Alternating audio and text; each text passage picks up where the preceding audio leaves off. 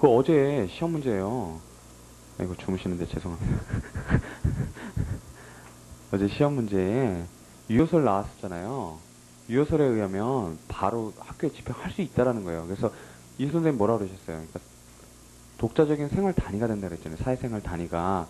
그 말씀을 조심스럽게 하시는 이유가 그렇기 때문에 다른 비법인 사단이나 재단처럼 이렇게 아니면은 당사자 능력자들처럼 집행이 할 수 있다는 거예요. 집행을 바로 학교에 대해서요. 그래서 이제 무효설하고 재심설이 있는 거예요. 그래서 그게 만약에 급한 결 가지고 학교 법인에다가 집행을 할 수는 없잖아요. 급한 결 가지고요. 당사자가 틀린데요. 그러니까 그걸로다가 학교 법인으로 당사자가 특정됐다 이렇게 확정됐다라고 이렇게 볼 수도 없단 말이에요. 그죠? 그러니까 물론 표시 정정이 되면 가능하겠죠. 근데 유효설 얘기는 하여튼 이시은 선생님 얘기는 학교에다가 바로 집기 드러내고 수업료 압류하고 할 수 있다는 거예요. 그렇게. 그래서 비판을 받는 거고요. 시간이 됐나요?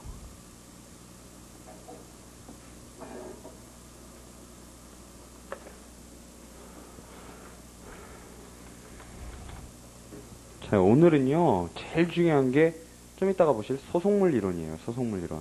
그러니까 소속물 이론은요, 제가 여기다 판서를 잔뜩 할 거예요. 잔뜩 하는데 그 부분을 염두에다가, 그러니까 한 노트로 한 페이지 정도만 딱 담으시면 돼요. 그러면 그 안에 내용만 제대로 이해하시면 돼요. 왜냐면 이시훈 선생님이 일분지설에 기반해서 쓰시기 때문에 자꾸 우리가 혼동이 될 수가 있어요. 그래서 책으로는 줄칠 부분이 몇 부분 안 되고요. 오히려 노트 하셔가지고요. 그 노트로 다 책에 딱 붙여놓으시고요. 그 부분만 보세요, 오히려. 그리고 책에서는 몇 부분만 보시면 돼요. 자, 우선 권리보호 이익이요. 자, 현재 이행에서부터 나오는데요. 자, 현재 이행에서는요, 별 문제가 안 돼요. 신청할 필요성이 당연히 인정이 되겠죠. 그리고 뭐 청구 적격에 있어서도 별로 문제될 게 없단 말이죠. 자, 그래서 우선 보시면은요, 첫째 줄에 현재 이행에서에 있어서는 원고가 현재 이행기가 도래하였으나 이행되지 않은 이행 청구권의 존재를 주장하는 거란 말이죠. 그죠? 그러니까 원칙적으로 인정돼요. 원칙적 인정 박스 치시고요. 거기 세 줄만 줄을 쳐놓으시면 되고요. 이제 그 밑에는 줄을 안 치셔도 돼요. 그런데 이제 몇 가지가 문제된다는 거예요. 그래서 거기서 두 번째 패러그래프 보시면 다음 몇 가지가 소의 이익으로서 문제가 된다 그랬는데 첫 번째는요. 한번 보세요. A는요. 집행에 불가능 현저한 곤란 그랬고요. B는 목적의 실현 내지는 실익 없는 청구 그랬고요.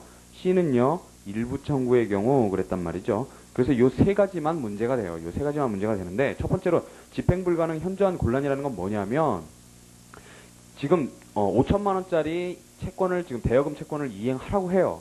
이행하라고 지금 소를 제기했는데 나중에 집행이 불가능하거나 곤란할 것 같아요. 네? 집행이 불가능할 것 같아요. 나중에 변론 종결되고 판결 나왔을 때. 그러면 그때도 그러면 거꾸로 지금 소를 제기하는 것 자체가 소의 이익이 없는가? 이게 문제가 되는 거예요. 권리보호 해줄 필요가 없는가? 권리보호 이익이 없는가? 신청할 필요성이 없는가? 그렇지 않겠죠. 그거와는 별개 문제잖아요. 그죠? 집행이 곤란하다는 거와는. 지금 소를 제기해서 내가 집행권원을 받는 거하고, 그죠? 판결을 받아서 집행권원을 만드는 거하고, 그 다음에 그걸로 나중에 집행을 진짜 할 수 있느냐 없냐고는 사실은 별개의 문제란 말이에요. 그래서 거기 보시면은요. 자, 첫째 줄에 통상의 소에 있어서 거기가 문제예요. 셋째 줄까지 문제 나오는 거예요. 통상의 소에 있어서 이행 판결을 받아도 이행 또는 집행 불능이거나 현저하게 곤란한 사유가 있는 경우에는 소의 이익이 문제가 된다. 특히 채무자가 무자력자인 경우 금전지급 청구 그랬어요. 자, 그래서 거기서부터 이제 답이 나오는데요. 뭐라고 그러시냐면 판결 절차 박스 치시고요. 판결 절차는 분쟁의 관념적 해결 절차로서 사실적인 해결 방법인 강제 집행 절차 박스 치시고요. 와는 별도로 독자적인 존재 의의 거기 박스 치시면 판결 절차고 강제 집행 절차는 존재 의의가 독자적이다라는 거고요. 따라서 집행권원의 보유는 피고에 대한 심리적 압박 거기다 박스를 치시고요. 이 되기 때문에 소위 긍정하자라고 하는 거고요. 자, 그래서 문제되는 것들이요. 거기 이제 쭉 몇 가지가 나오는데요. 그 중에서 점 1만 보시면 돼요. 점 1만. 점 1을 보시면요. 원고가 A에서 B로 순차로 마친 소유권 이전 등기의 말소를 청구하는 소송에서 최후의 등기 명의자인 피고 B에 대해서 이미 패소 판결이 확정되었다 해도 중간 등기 명의자인 P고 A 명의의 등기에 대해 말소를 구할 이익이 있다 그랬어요. 자, 그래서 각주에 보시면은 그 판례가 있고요. 그 판례가 이제 우리 자료에 있어요. 자료에 있는데 한번 보시면은요. 참고로 보세요. 참고로. 자, 21페이지에요. 소유권에 관하여 순차적으로 각 등기가 격려된 경우 후순위 등기의 말소가 가능한지에 관계없이 전순위 등기의 말소 절차 이행을 명할 수 있다 그랬어요. 그 다음에 순차 격려된 소유권 이전 등기의 최종 등기 명의자에 대한 말소 청구 가부에 관계없이 중간의 등기 명의자에 대해 등기 말소를 구할 소의 이익이 있는지 그랬는데, 순차 격려된 소유권 이전 등기의 각 말소 청구 소송은 통상 공동 소송이므로 그 중에 어느 한 등기 명의자만을 상대로 말소를 구할 수 있고, 최종 등기 명의자에 대해 등기 말소를 구할 수 있는지에 관계없이 중간 등기 명의자에 대해서 등기 말소를 구할 소의 이익이 있다 그랬단 말이죠. 자, 이건 뭐냐면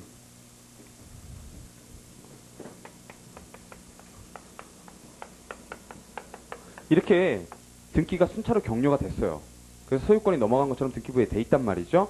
근데 얘가 주장하기를 이게 원인 무효였어요. 원인 무효니까 소유권은 안 넘어갔다라는 거예요. 원인 무효였기 때문에. 이 등기가요. 소유권 이전 등기가 전부 원인 무효이기 때문에. 그래서 여기도 무효, 여기도 무효이기 때문에 얘가요. 소유권을 회복을 하려면 결국 어떻게 해야 되느냐면 얘들한테 소를 제기해야겠죠.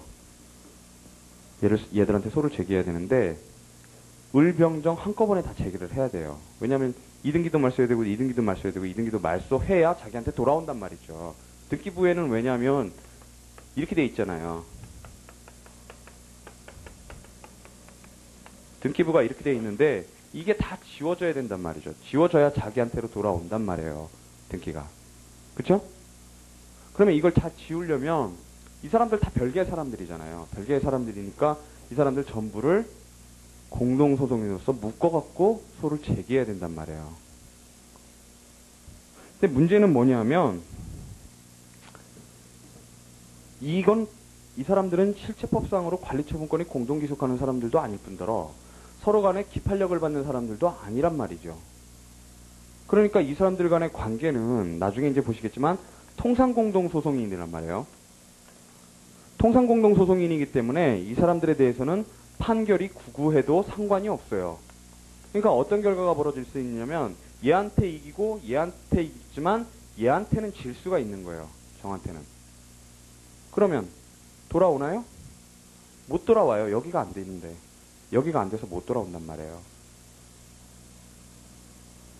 아주 모순되는 판결이 나온단 말이에요. 모순되는 판결이 나오는데 통상공동소송이기 때문에 이래도 괜찮아요. 이래도 어쩔 수 없지만 괜찮단 말이죠. 요게 이제 실제로는 현실적으로 합의락정을 시켜줘야 될 필요성이 있기 때문에 이론적 합의락정 소송으로서 얘기되는 경우의 예예요, 이게. 예인데, 자, 지금 문제는 뭐냐면, 우리가 지금 읽은 부분은 뭐냐면, 얘에 대해서 패소 판결이 확정되었다. 즉, 갑이요. 갑이 정한테는 졌어요. 갑이 정한테 졌는데 이게 만약에 확정이 됐다. 전에 이제 갑이 정한테 소를 제기해서 옛날에 졌다. 그러니까 이건 순차로 대위한 거죠. 을하고 병을 순차로 대위해가지고 정한테 청구를 했을 텐데, 등기 말소하라고 청구를 했을 텐데, 졌다. 그리고 패소 판결이 확정됐다. 그러면은 얘들한테 지금 소를 제기하는 게 그게 소의 이익이 있겠는가. 결국은 얘한테서 집행을 받는 게 불가능할 텐데, 돌아오는 게 불가능할 텐데, 얘들한테 소를 제기하는 게 그게 소의 이익이 있는가? 이런 문제로 지금 점 1에 나온 거예요. 첫 번째 문제는 소의 이익, 그래도 긍정된다라는 거예요. 집행이 불가능하거나 곤란해도. 그게 첫 번째 문제고요. 그 다음에 두 번째 문제는 이게 좀 전에 말씀드린 것처럼 이론적 합의락정 소송이 논의되는 영역이고요. 요거는 그냥 알아두시고 나중에 다시 나올 거고요. 그 다음에 세 번째 문제는 자, 요런 문제 때문에 전체에 대해서 이기지 못하면 결국 목적 달성하기가 불가능하단 말이죠. 그래서 이거를 쉽게 해줄 수 있는 방법을 우리 판례가 인정을 해줬단 말이죠. 그게 뭐냐면 진정명의 회복을 위한 소유권 이전 등기 청구를 인정을 해준 거예요. 즉 뭐냐면 갑이 바로 정한테만 청구를 하면 되는 거예요. 그리고 이 안에서 을병정으로부터 쭉 되었던 등기들에 대해서 원인 무효인지 아닌지를 따져가지고 이기면 바로 받는 거예요. 즉 등기부에는 어떻게 되냐면 저기서 이기면은요 이렇게 되는 거죠. 진정명의 회복을 위한 소유권 이전 등기가 격려가 되는 거예요. 진정하게 명예. 그러니까 여기는 이제 원인이 진정명예이고요. 그 진정명예 회복이고, 그리고 요거는 소유권 이전 등기란 말이죠. 저는 저거 청구하는 건 뭐예요? 말소 등기란 말이죠. 뭐 말소해라. 이전 등기 말소해라라는 청구란 말이죠. 요 청구는 원래. 그래서 요 방법을 회피해 나가는 방법으로 이게 인정이 됐으니까 결국은 어떻게 했어요? 만약에 두 사람만 있었다 그러면은 갑이 을한테 원인 무효로 인해서 등기 말소를 청구를 하든 을로부터 갑으로 진정명예 회복을 위해서 소유권 이전 등기 청구를 하든 그건 똑같다고 봐야겠죠. 결국 논의가 거기까지 확장이 되는 거예요. 똑같다고 봐야 되기 때문에 요거는 소송물이 동일하게 보는 거예요. 자 보세요. 청구 취지가 다르죠. 청구 취지가 달라요. 좀 이따 소송물 이론 보시겠지만 하나는 등기를 말소하라 이렇게 나가는 거고 하나는 이전 등기를 격려하라 이렇게 나가는 거란 말이에요. 등기를 이전하라 이렇게 나가는데 소송물이 같다라고 봐주게 된단 말이죠. 요런 이유 때문에. 그러니까 그거까지를 이해하시면 되고요. 자 여기 얘기는 어쨌든 간에 그럼에도 불구하고 중간 등기 명의자인 피고 A 명의, 즉 여기서 을 명의에 대해서요, 을이나 병에 대해서 말소를 구할 이익이 있다 그런 거예요. 말소해라. 근데 이제 나중에 집행은 불가능하지만 그래도 할 수 있다 이렇게 하는 거고. 그래서 결국 결론은 뭐냐면 집행장애 사유가 있어도 소의 이익은 긍정된다. 이렇게 결론이에요. 결론은 집행 불가능 현저한 곤란의 그 부분 그 파트의 결론은요. 집행장애 사유가 있어도 소의 이익에 영향이 없다. 이게 결론이고요. 그 다음에 목적의 실현 실익 없는 청구 이렇게 나오는데요. 자, 점이나 점 3은 아까 좀 전에 점 3은 안 보셔도 돼요. 점 1만 주의하시면 돼요. 점 1만. 자, 그래서 목적의 실현 실익 없는 청구는요. 첫 번째, 원고의 소유권 이전 등기 청구 소송 중에 다른 원인에 의해서 원고 앞으로 소유권 이전 등기된 경우 그랬고요. 그 다음에 건물이 전부 멸실된 경우에 그 건물에 대한 등기 청구 그러면은 소의 이익 부정된다라는 거죠. 부정된다라는 거고요. 그래서 각주에도 그렇게 나와 있어요. 줄지시지는 마시고요.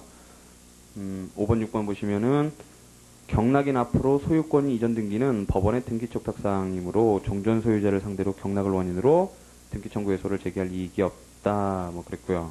그 다음에 멸실된 건물에 대한 등기 용지는 폐쇄될 운명이므로 말소 청구하지 마라. 그랬고요.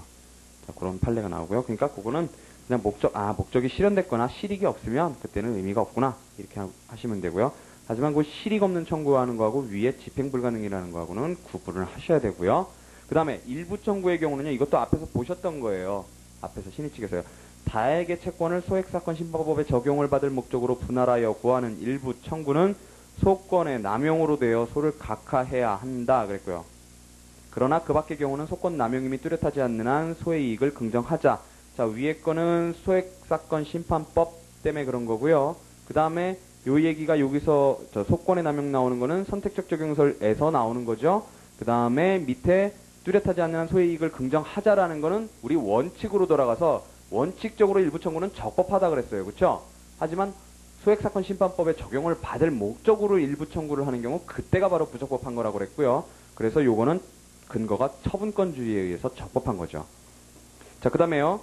자, 이제 그 다음에 문제는 중요한 게 이제 장래 이행해소예요. 장래 이행해소. 자, 장래 이행해소의 경우에 이시훈 선생님 책이 약간 뒤죽박죽 써 있어요. 그거를 조금 정리를 해야 되고요. 그다음에 뭐 목차를 정리할 건 없어요. 목차를 정리할 건 없고 그 내용을 약간 좀 교차를 시켜줄 부분이 있어요. 자, 장래 이행해소는요. 개념 자체가 그 변제기가 어떤 채권을 구하고 있는데 그 변제기가 변론 종결 시 이후에 도래하는 소, 그게 장래 이행해소란 말이죠.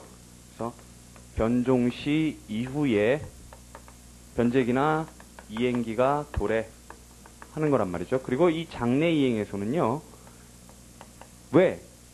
나중에 그럼 변제기 도래했을 때 하면 되잖아요. 도래하면 되는데, 이건 미리 청구해야 할 어떤 이익이 있어야 된단 말이죠. 근데, 자, 어쨌든 간에 전체적인 개념은요, 그때 돼서 이행을 안 할 거다 하는 이미 이행 거부에 대비하는 거라는 거예요. 그리고 이 이미 이행, 즉 임의적으로 이행을 그때 변조기가 도래해도 안 할 거다라는 거기 때문에 집행이 곤란할 것에 대비하는 것은 안 돼요. 원칙적으로요. 집행 곤란에 대비하는 것은 안 되고, 요때는 차라리 가압류나 가처분을 받아라 이렇게 되는 거예요. 자, 근데 어쨌든 간에 자, 장내 이행해소에서도요, 문제는 청구 적격이 문제가 되고요. 그 다음에 신청 필요, 즉 권리보호 이익이 문제가 되는데, 이걸 뭐라고 부르느냐면, 장내 이행해소니까 뭐예요? 미리 청구할 필요성이 인정이 돼야겠죠. 그죠? 변제기가 도래하지 않았음에도. 그래서 요게 미리 청구할 필요가 되는 거예요. 미리 청구할 필요. 그게 신청 필요성이고요. 자, 청구 적격은요, 반드시 외우셔야 될 게 요거를 확실 예정 요건이라 그래요. 확실 예정 요건이라 그러는데, 자, 발생과 존속이 확실한 청구권이어야 돼요. 발생이나 존속이 그 변제기 도래 시까지, 즉 그 장래까지 확실히 존재할 것이 인정되어야 지금이라도 미리 그걸 땡겨서 들어줄 수가 있죠. 그죠? 그래서 요거를 나누면 청구권의 이행기가 장래에 도래하고, 그 다음에 그때도 채무 불이행 상태가 존속할 것이 확실해야 돼요. 그래서 여기서 문제되는 게요, 세 가지가 있는데, 첫 번째는요, 조건부 청구권하고 기한부 청구권이 문제가 되고요. 이것도 조건이나 기한이 도래해야, 조건 성취되거나 기한이 도래해야 그때 이제 이행기가 도래하겠죠. 그래서 이게 문제가 되는 거고요. 자, 요 경우에도 인정이 되는데요. 그 요건이 기초관계가 성립되어 있어야 하고, 청구권 발생의 개연성이 충분하면 된다. 그랬고, 이거 민법에서 여러분들 채권자 취소권 할 때 보신 그 요건하고 비슷한 거예요. 그 다음에 두 번째로 문제되는 게 장래의 계속적 불법행위요. 즉 부당이득이요.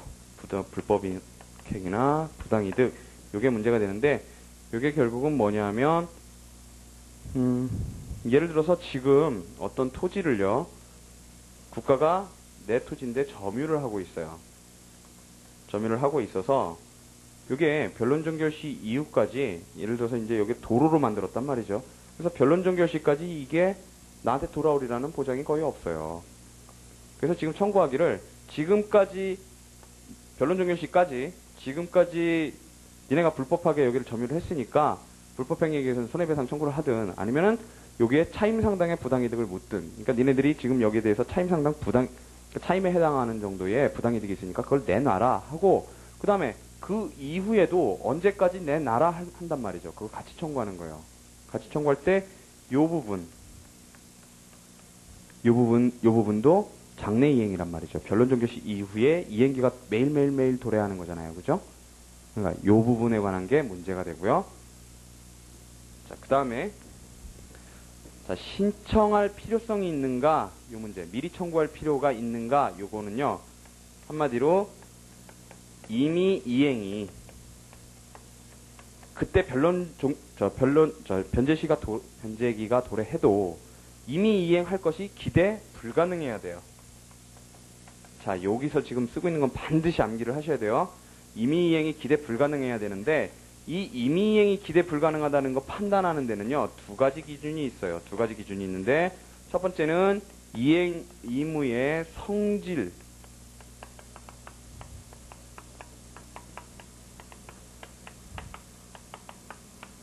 이행 의무의 성질 때문에 미리 해야 하는 경우, 예를 들어서 어느 때까지 하지 않으면 나한테 실익이 없는 경우, 정기행위 같은 경우요.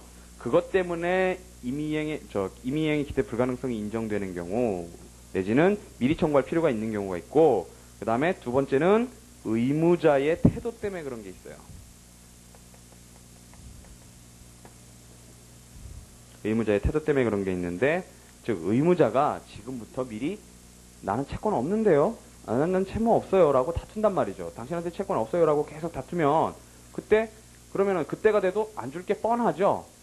그때가 돼도 안 줄 게 뻔하단 말이에요. 그러니까 그럴 때 인정된다는 거죠. 여기서 문제되는 게 계속적이고 반복적인 이행 청구의 경우, 그러니까 계속 내가 뭔가를 공급을 받아야 되는데 이미 이행기가 도래한 기도례분에 대해서 불이행을 했다면 그때 인정될 거라는 거죠. 그때도 앞에 것도 안 하겠구나. 그 다음에 채무의 존재를 미리 다투는 경우,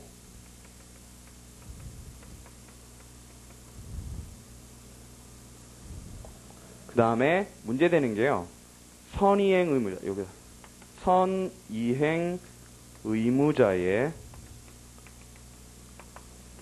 청구가 가능한가, 원칙과 예외가 있어요. 자기가 먼저 이 의무를 이행해야 되는 사람이 저쪽에 내가 이행하고 나서 이행해야 될 사람에게 먼저 청구를 하는 경우에 그거를 인정을 해줄 수 있겠는가? 우리 민법적으로 생각하면 안 되죠. 안 된단 말이죠. 무슨 동시이행 관계도 아니고, 뭐 동시이행 관계라고 하더라도 동시이행 항변권이 있을 텐데, 자, 요거는 그것이 아니라 아예 선이행 의무가 있는 경우란 말이죠. 근데 이게 이시우 선생님 책에요, 짬뽕대에서 써 있어요. 그러니까 청구적 결격으로 들어가야 될 게 미리 청구할 필요에 들어가 있는 게 있고, 미리 청구할 필요에 들어가야 될 게 청구적 결격에 들어가 있는 게 있어요. 그것만 교정을 해주시면 돼요.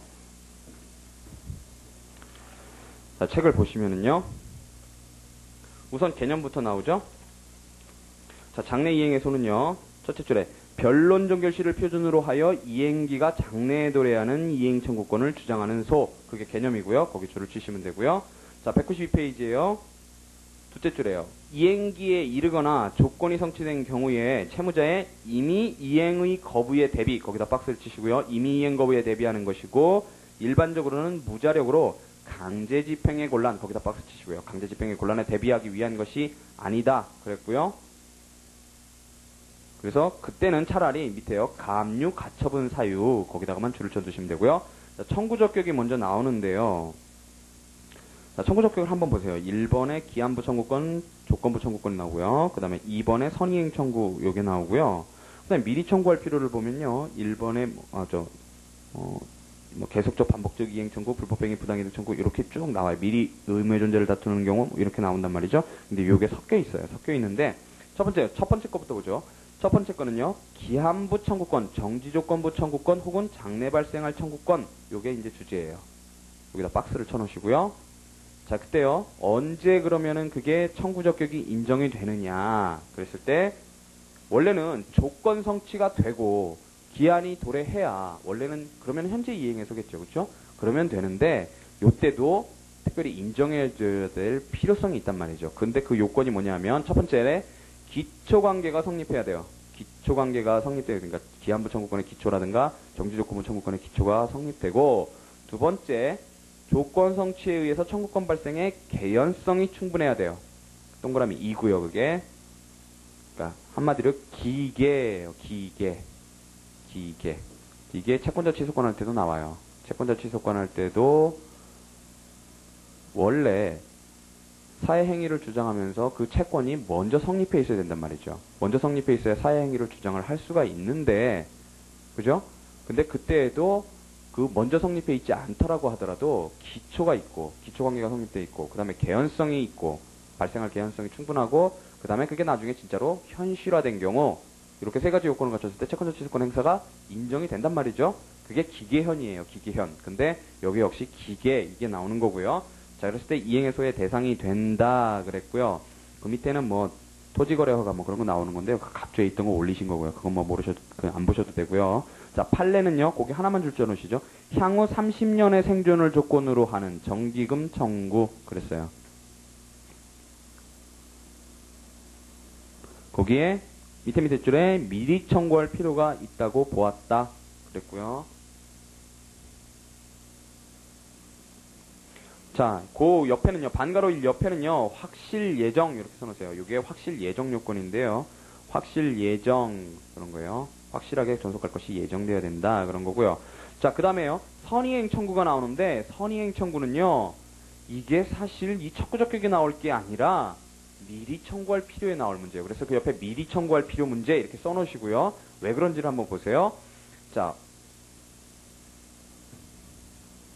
원고가 먼저 자기 채무에 이행을 해야 비로소 그 이행기가 도래하는 이행 청구권을 대상으로 하는 선의행 청구는 원칙적, 거기 동그라미 치시고요. 허용 안 된다 그랬어요. 당연히 허용 안 되겠죠. 그 다음에요. 그래서 거기 예를 보시면, 그냥 보시기만 하세요. 저당 채무자가 먼저 저당 채무를 지급하는 것을 조건으로 한 저당권 설정 등기 말소 청구. 지가 채무를 지급을 해야 되는데, 그 전에 먼저 저당권 설정 등기를 말소하라고 저당권자에게 청구를 한단 말이죠. 그랬을 때, 그게 예외적으로 인정되는 경우가요. 그 밑에 줄에 거기가 묶으셔서 거기 예외 이렇게 해놓으시고요. 밑에 패러그래프요. 다만 양도담보 등의 경우에 채권자가 그 등기가 담보의 목적이 아님을 다툰다. 박스 쳐놓으시고요. 등가 피담보 채무의 액수를 다투기. 박스 쳐놓으시고요. 때문에 채무자가 변제에도 옮겨간 등기 말소에 즉시 협력을 기대할 수 없으면 미리 청구할 필요. 거기다 박스를 치시고요. 가 있다 그랬어요. 자, 문제는요. 물론 이제 청구적격의 개념에서도 약간은 문제가 될 수는 있어요. 그러니까 뭐냐면 자기가 먼저 청구를 그 상대방의 의무를 상대방의 권리에 대한 자기의 의무를 이행해야 되기 때문에 아직은 아니다 이렇게 할 수도 있지만 실질적으로는 청구적격의 원래적인 개념이요. 그러니까 확실히 그때까지 예정된다라는 요건이 충족이 된단 말이죠. 그래서 이거는 사실은 문제가 안 돼요. 청구적격이라는 거는. 선의행 의무가 있다고 하더라도 무슨 이게 조건 성취에 의해서 변제기가 도래하거나 그러는 건 아니니까. 근데 여기서 나오는 맥락은 뭐냐면요.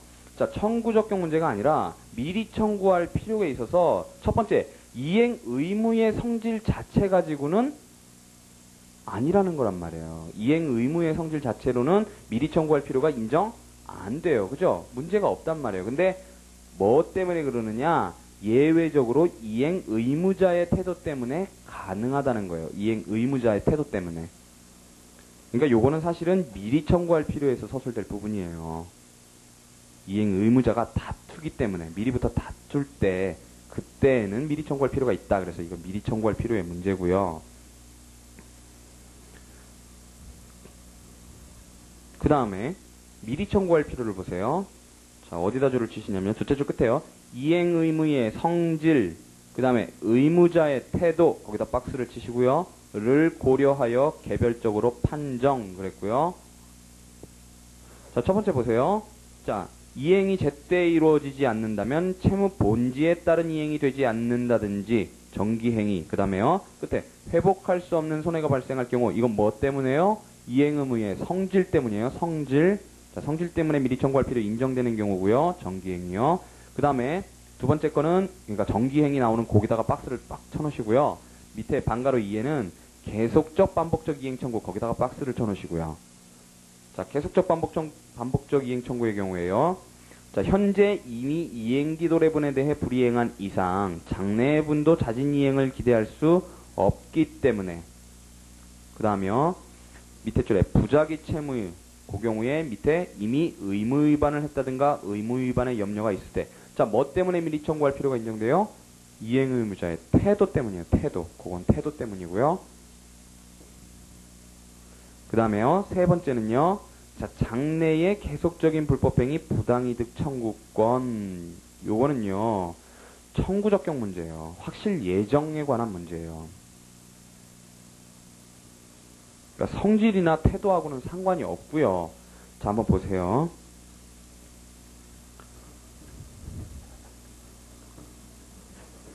자, 거기 한번 보죠. 아니, 책부터 보세요. 장래 이행에서의 대상적격은 있으며 그랬는데 판례는 다만 원고가 주장하는 장래의 시점까지 침해가 존속될 것이 확정적 예정 그랬어요. 되어야 한다 그랬고요. 그 밑에 줄에 사정 변경이 생길 가능성이 있으면 부적법하다 그랬어요. 자, 이제 이 순서되면 대상적격은 있다 그러는데 사실은 판례는요. 이게 확실 예정 요건의 충족 여부 문제로 간다는 거예요. 즉, 그 각주를 보시면은요. 각주 5번에 두 가지 판례가 나와요. 두 가지 판례가 나오는데 하나는 불확실하다는 거고 하나는 확실하다는 거예요. 자, 뭐를 불확실하다고 했냐면요. 지방자치단체가 사유지를 도로로 무단점유 사용하는 경우에 시가 토지를 매수할 때까지 거기다 박스를 치시면은요. 거기다가 불확실 그러세요. 자, 매수할 때까지 나에게 차임상당의 부당이득을 내놓으시오라고 했는데 매수할 수 있을지 매수하게 될지 모르죠. 사용 안 하게 될지도 몰라요. 시가요. 그러니까 이거는 매수하게 될 때까지 그러면 그건 불확실하다는 거예요. 확실 예정 요건이 충족 안 된다 그래서 기각을 시켜줬고요. 허용을 안 해줬고요. 미리 청구할 필요가 인정이 안 돼서 각하를 시켜줬고요.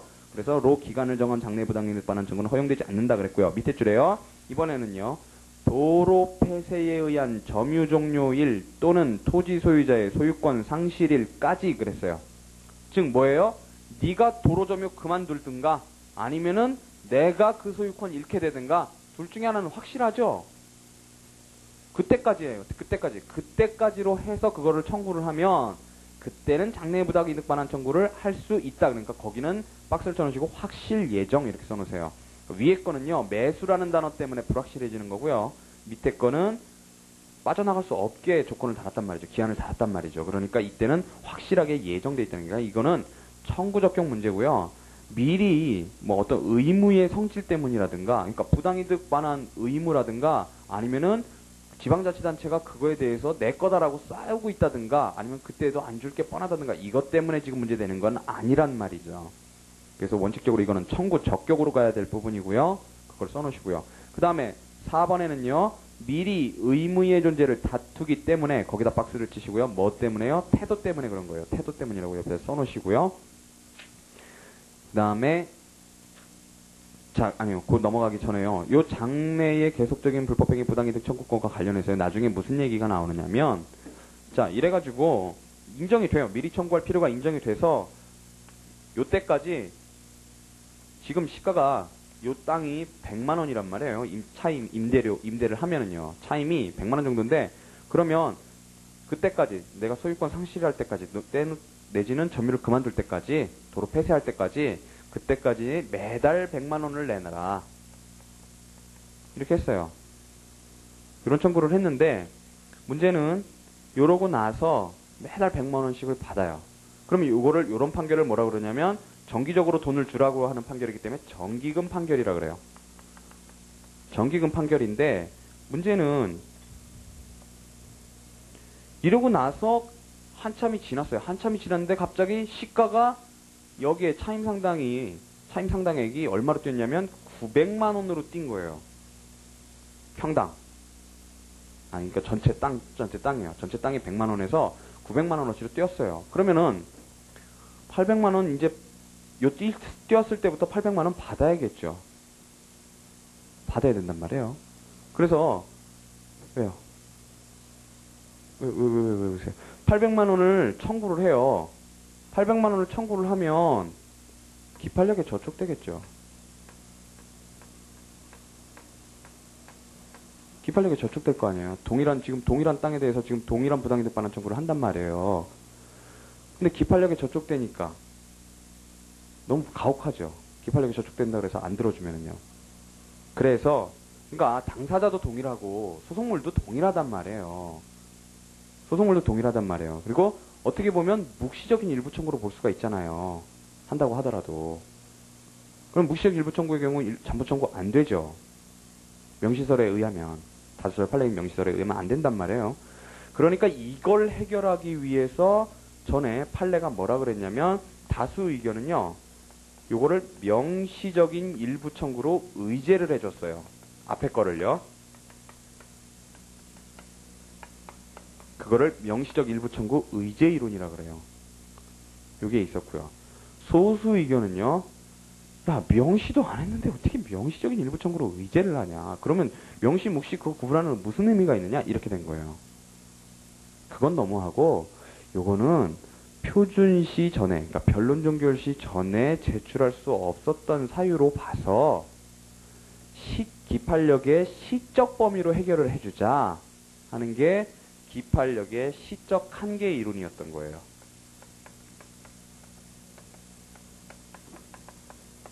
이거 이제 나중에 보실 거예요. 여러분들이 막연하게 가지고 있는 생각과는 달리요. 재소금지의 권리보호 이익의 동일이라는 요건이 있고, 그러니까 원래는 A라는 소와 B라는 소가 같으려면 당사자 동일하고 소송물 동일하면 같죠. 그런데 이상하게 뭐 하나씩 더 붙죠. 물론 중복재소의 경우는 소송계속이라는 요건이 있어야 되고, 재소금지라는 소취하라는 요건이 있어야 되고, 그 다음에 기판력에는 확정판결이라는 요건은 당연히 들어가야 돼요. 개념 본질적으로. 하지만 그 외에 재소금지의 권리보호 이익이라는 요건이 붙고, 기판력에서는 이상하게 시적 범위라는 얘기가 나온단 말이에요. 왜 나올까요? 이거는요, 뭐냐면 재소금지에서 권리보호 이익도 그렇고 기판력에서 시적 범위도 그렇고 사실은 안 되게 하기 위한 개념이 아니라 우리가 막연히 그렇게 생각하고 있잖아요. 그런데 되게 하기 위한 거예요. 당사자가 동일하고 소송물이 동일해도, 즉 기판력에 저촉되고 재소금지에 저촉이 되는 것임에도 불구하고 예외적으로 허용시켜주기 위한 것들이에요. 특히 그것들은 어떤 사실관계를 고려를 해요. 사실관계의 어떤 변화를 고려하고 사정변경을 고려를 해요. 내지는 그 사실관계의 변화가 권리관계의 변화까지 이제 영향을 미치는 거죠. 그거를 고려해서 해주기 위한 게 그 요건들이에요. 자, 어쨌든 간에요. 그래서 요거를 기판력의 시적 한계로 벗어났다라고 봐서, 시적 한계를 벗어났다고 봐서 해결을 했었는데, 요 얘기를 드리려고 그러는 게 아니라 이제는 이런 논의가 필요가 없어요. 왜 필요가 없냐면 우리가 이제 작년에 입법이 되면서 정기금 판결, 이건 반드시 정기금 판결이어야 돼요. 그러니까 매달 얼마씩 주시오, 매년 얼마씩 주시오, 매일 얼마씩 주시오라는 정기적으로 돈을 지급하라는 정기금 판결이어야 돼요. 정기금 판결 변경해소라는 것을 한마디로 변경해소라고 하는 건데요. 변경해소를 입법을 했는데 이게 바로 이런 문제를 해결하기 위한 거예요. 이런 문제를요. 요런 문제를요. 장래의 계속적 불법행위 부당이득, 요런 문제요. 그러니까 요 케이스가 만약에 나오면은요, 미리 청구할 필요라든가 요 장래 이행해소에 관련된 문제도 쓰셔야 되고요. 분명히 교수님이 문제를 요것도 내실 거라고요. 시가가 폭등한 경우 내실 거란 말이에요. 그럼 요 얘기도 변경해소 얘기로 쓰시되, 다만 문제점에서는 요 얘기를 쓰셔야겠죠. 예전에는 이렇게 봤었다 라고 쓰셔야 된단 말이에요. 문제점에서는 요 얘기를 쓰시고, 그 다음에 요거는 나중에 볼 거예요. 볼 거고요. 또 그 다음에 요거와 관련해서 이제 후유증 손해가 다시 나중에 발생한 경우가 또 관련이 된단 말이에요. 근데 그거는 또 정기금 판결 요런 동일한 견해 대립이 있고, 거기에 하나가 더 붙어요. 거기 예전에요. 별개의 소송물이다. 아예 이거는 동일한 소송물이기 때문에 기판력 저촉될 일도 없고 전혀 문제가 없기 때문에 별개의 소송물이다. 후유증에 의한 손해는 그게 원래 통설 판례란 말이에요. 지금까지. 그래서 여기는 문제가 없었어요. 근데 요 정기금 판결 변경에 의해서 후유증이 해결될 것인가에 대해서는 지금 견해가 대립이 돼요. 그거는 나중에 정기금 판결 요 후유증 나올 때 말씀을 드릴 거예요. 왜 그러냐면 요거를 별개 소송물로 정기금 판결 변경해소를 전에 있던 판결을 변경하는 거잖아요. 근데 이걸 진짜 판결을 변경하자고 보는 게 이시훈 선생님 견해지만, 호문영 선생님 같은 경우는 이건 판결 변경이라고 안 봐요. 집행권원만 변경한다고 보고, 그 다음에 그 전에 정기금을 명했던 판결하고 저 변경해소하고 소송물이 같은 것인가 다른 것인가에 대해서 견해 대립이 있어요. 이 이시훈 선생님은 동일한 소송물에 대해서 판결을 변경해 주려고 하는 거다. 즉 재심과 같은 역할을 하는 거라고 생각을 하시는 거고, 호문영 선생님은 그거를 아예 소송물 자체가 다르다고 보시는 거예요. 다르다고. 그러니까 소송물이 뭐냐면 변경 청구권이라는 그 권리가 존재하는지 여부, 그게 소송물이라고 보신단 말이에요. 그러니까 어떻게 되느냐 하면 이시훈 선생님에 의하면 후유증은 저 정기금 판결 변경해소에 의해서 해결이 불가능해요. 하지만 호문영 선생님은 뭐라 그러시냐면 가능하다. 어차피 둘 다 별개 소송물인데 어떠냐. 이렇게 나가신다는 거예요. 그거는 이제 나중에 보실 거고요. 그러니까 나중에 후유증 얘기가 나오면은요, 견해를 4개를 써주셔야 돼요. 여기서는 지금 3개를 써주시잖아요. 장래의 부당이득 불법행위요. 3개를 써주신단 말이에요. 그리고 그러니까 견해 2개 쓰시고 결국은 변경해소에 의해서 해결된다. 이걸 본론에서 쓰실 거란 말이에요. 요건하고 뭐 이런 거를요. 하지만 후유증이 나오면 요 2개뿐만이 아니라 이 통설판례인 별개소송물서를 쓰시고, 또 하나로 변경해소에 의해서 해결될 수 있다는 입장, 그걸 쓰셔야 돼요. 아시겠죠? 그건 염두에 잠깐 두시고 계시고요. 나중에 다시 설명이 될 거예요. 자, 그러니까 그 옆에요.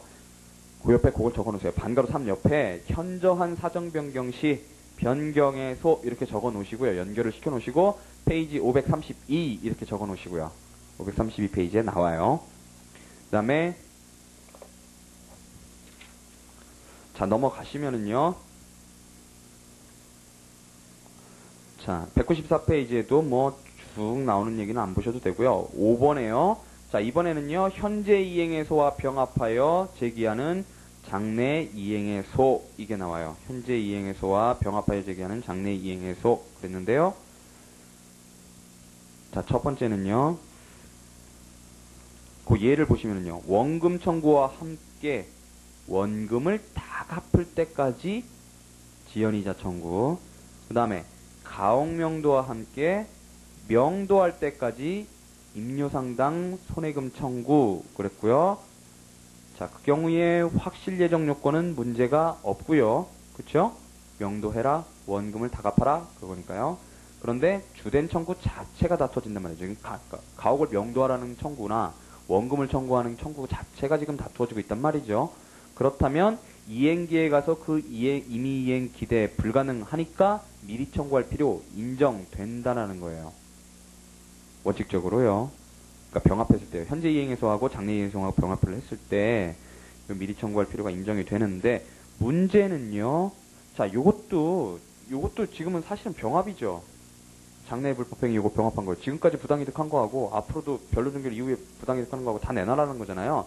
이것도 병합하는 거예요. 이것도 병합하는 거고요. 지금 좀 뭐 비슷한 얘기가 같이 나오는 건데 문제는 요 얘기를 하기 위해서 지금 나오는 거란 말이죠. 자, 문제는 본래의 목적물의 인도 청구 거기다 괄호를 쳐보시고요. 본래의 목적물의 인도 청구와 또 거기 괄호를 쳐보세요.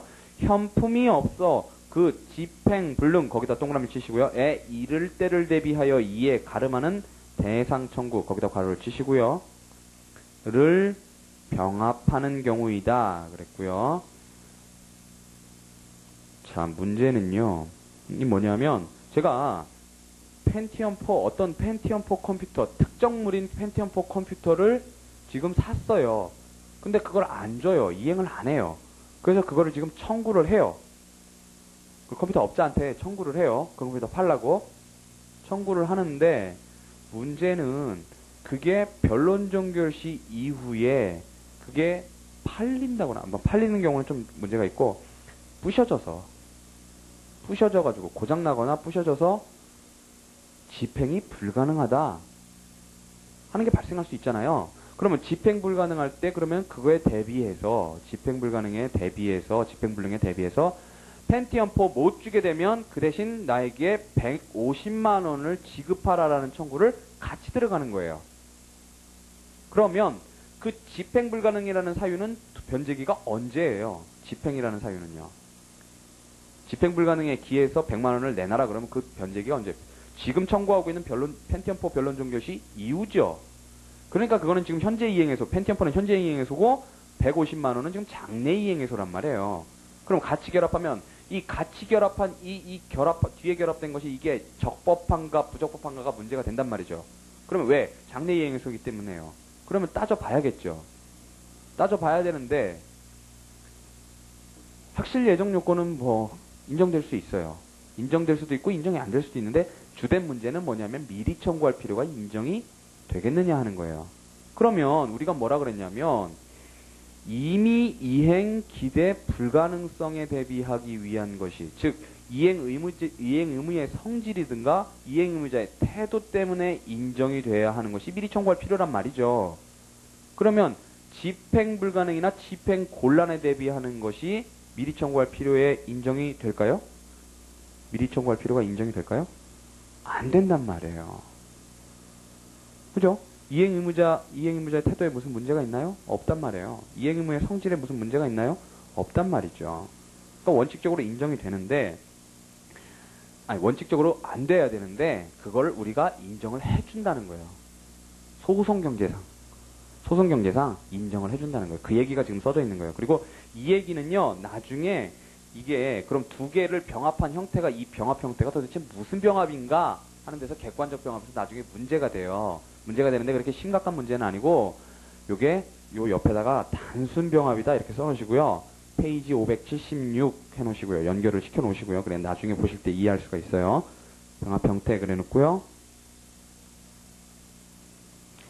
그러니까 그건 무슨 얘기냐면 이걸 예비적 병합이 아니고 단순 병합이라는 거예요. 예비적 병합은 두 개가 양립 불가능할 것을 원칙적으로 요구를 하는데 요거는 양립이 가능하다라는 거예요. 서로 모순되는 것도 아니고 양립이 가능하다는 거고요.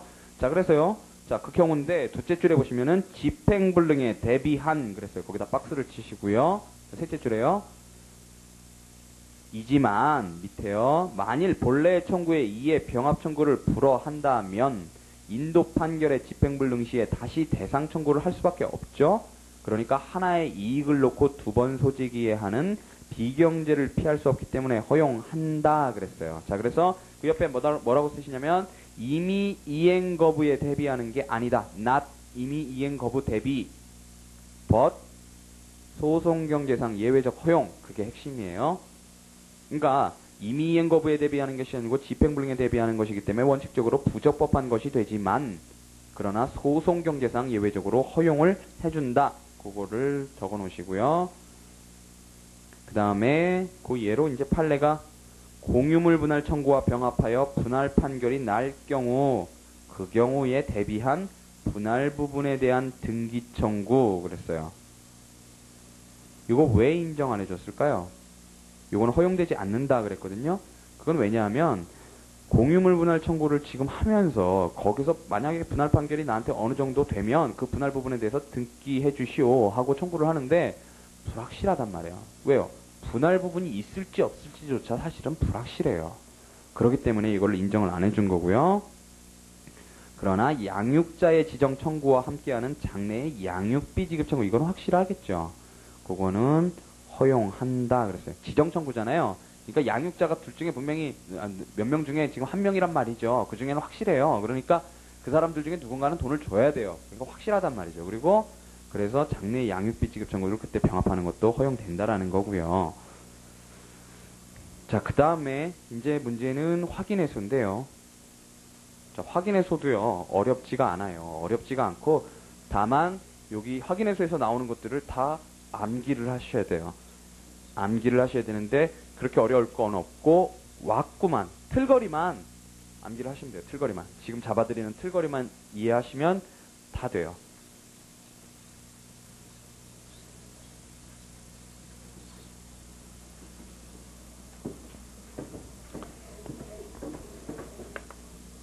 자, 확인해소는요. 우선 여기도 청구 적격이 문제가 되고요. 확인의 대상이 된 어떤 소송물의 청구 적격이 문제가 되고요. 즉 다른 말로 하면 대상이 될 수 있는 적격, 대상 적격이라는 거고요. 그 다음에 여기도 미리 신청할 필요성이 있느냐에 따라서 신청할 필요가 인정이 돼야 되는데 그거를 확인받을 이익이 있느냐 그래서 그거를 확인의 이익이라 그래요. 확인의 이익. 이 확인의 이익은요. 다른 말로 독일법에 있는 개념인데 즉시 확정을 해줘야 할 이익이 있느냐 즉시 확정의 법률상 이익 이렇게 얘기를 해요. 개념은요. 자, 청구 적격은요. 여러분들이 외우실 때 어떻게 외우시느냐면 자기의, 현재의 권리 법률 관계여야 된다. 확인의 대상이 되는 것들이요. 자기의 현재의 권리 법률 관계여야 되고요. 자기의 것이기 때문에요. 원칙은요. 타인 간 권리 법률 관계면요. 타인 간의 다툼이 있는 무슨 권리 법률 관계라면 인정이 안 되고요. 그렇지만 자, 이 부분은 다 원칙과 예외로 이루어져요. 그 점을 이해하시면 금방 외워져요. 예외는요. 타인 간의 권리 관계라도 자기 권리 관계에 영향을 미치면 그러면 돼요. 그러면 인정이 되고요. 대상 적격이 인정이 되고요. 자, 현재의도요. 현재의 권리 법률 관계에 대한 확인이어야 되기 때문에요. 원칙적으로 과거의 법률 관계라든가 장래의 법률 관계에 대해서 확인은 부적법해요. 하지만 예외적으로요. 과거의 권리 법률 관계 확인이라고 하더라도 그게 현재에 관련되어 있다든가 그때 적법해서 인정이 될 수 있고요. 그 다음에 장래의 것이라고 하더라도요. 조건부, 기한부, 요럴 때 인정이 되고요. 예외적으로요. 그 다음에 권리법률 관계여야 되기 때문에요. 원칙적으로 사실관계는 안 돼요.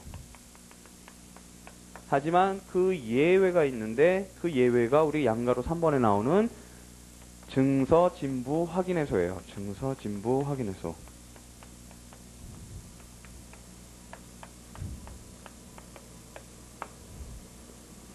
그 다음에요. 자, 이 확인의 이익은요. 하여튼 여기 지금 잡혀지는 틀거리는 반드시 외우셔야 되고 안 외워질 수가 없어요. 쉽기 때문에. 그죠? 자기 현재 권리 법률 관계 외우기 어렵지 않죠? 자기 현재 권리 법률 관계, 자기성 현재성 권리 법률 관계 이렇게 된단 말이죠. 그 다음에 확인의 이익은요. 자, 세 가지로 나뉘어지는데요. 그것도 어떻게 외우시느냐면 지금 내 법률상 이익에 법적인 불안이 존재해요. 법적인 불안이 현재 존재하고요. 그런데 그 확인의 소가요. 그 불안을 제거하는데 아주 유효 적절한 수단이 되어야 돼요. 불안 제거에 유효 적절한 수단. 자, 내 법률상 이익에 현존하는 법적인 불안이 있고 누군가 나를 지금 불안하게 만들어요. 누가 법적으로 불안하게 만들고 그 불안을 제거하는 데 있어서 내가 확인의 소를 제거하면 그 불안이 유효하고 적절하게 없어질 것 같아요. 요게 확인의 이익 개념이에요. 요게 확인의 이익. 외우실 수 있죠? 내 법률상 이익에 법적 불안이 현존하고 그 법적 불안을 제거하는데 유효하고 적절한 수단일 것. 이게 요청된단 말이죠. 여기 아주 굉장히 중요한 얘기예요, 지금. 법률상 이익이기 때문에요. 사실상 경제상 이익일 때는 안 돼요. 그런 거 확인받으려고 그러면 그런 이익을 지금 문제가 된다 그래서는 안 되고요. 자, 그 다음에 법적 불안이 현존해야 되기 때문에요. 현존해야 되는데 이것도 적극적 확인해소와 소극적 확인해소를 좀 나눠서 봐야 돼요. 자, 적극적 확인해소에는요. 나 소유권이 있어 하는 거죠. 존재 확인이요. 내가 갑이 을에게 소유권 존재 확인해소를 날리는 거, 그게 적극적 확인해소란 말이죠. 근데 원칙적으로 다툼이 있어야 돼요. 을과 갑 간의 다툼이 있어야지 법적 불안이 현존한다고 인정이 된단 말이죠. 적극적 확인해소에서요. 하지만 예외적으로요.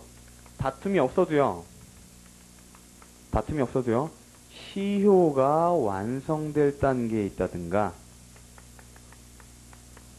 공부상의 기재 때문에 나에게 법적 불안이 현존한다는 게 인정이 될 수가 있어요. 이건 좀 이따 보시고요. 그 다음에요. 자, 소극적 확인해소의 경우에는요. 나한테 의무가 없는데 다툼이 있는 경우예요. 역시 다툼이 있는 경우죠. 그러니까 뭐예요? 나 채무 부존재 확인 날리는데 제가 자꾸 나보고 채권이 있다라 그러면서 돈 내놔 그러면서 왜 안 내나 그런단 말이에요. 그러면은 내가 너무 불안하니까 법적으로 나 채무 쟤한테 없어요라는 채무 부존재 확인해소를 제기를 할 수가 있다라는 거예요. 이게 법적 불안이 현존한다는 거고요. 그 다음에 제일 중요한 건 이 불안 제거의 유효 적절한 수단이어야 된다라는 거고요. 이 부분은 절대로 까먹으시면 안 돼요. 다른 부분은 까먹으셔도요. 자, 우선요. 첫 번째로 유효 적절한 수단이 되어야 하는데 적극적 확인해소를 제기할 수 있으면 소극적 확인해소는 부적법해요.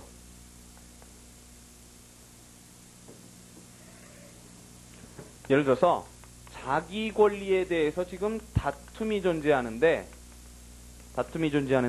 그때 갑이요. 내 소유권이 존재한다는 것에 대해서 확인을 해야지. 지금 을이 나한테 지금 내 소유권에 대해서 다투고 있어요. 그래서 을 소유권 부존재를 날리면 부적법하다라는 거예요. 갑 소유권 존재를 날려야지 을 소유권 부존재 부적법 이렇게 되는 거고요. 요게 첫 번째로 중요한 내용이고요. 그리고 가장 중요한 내용이 뭐냐면 확인해소의 보충성이라는 거예요.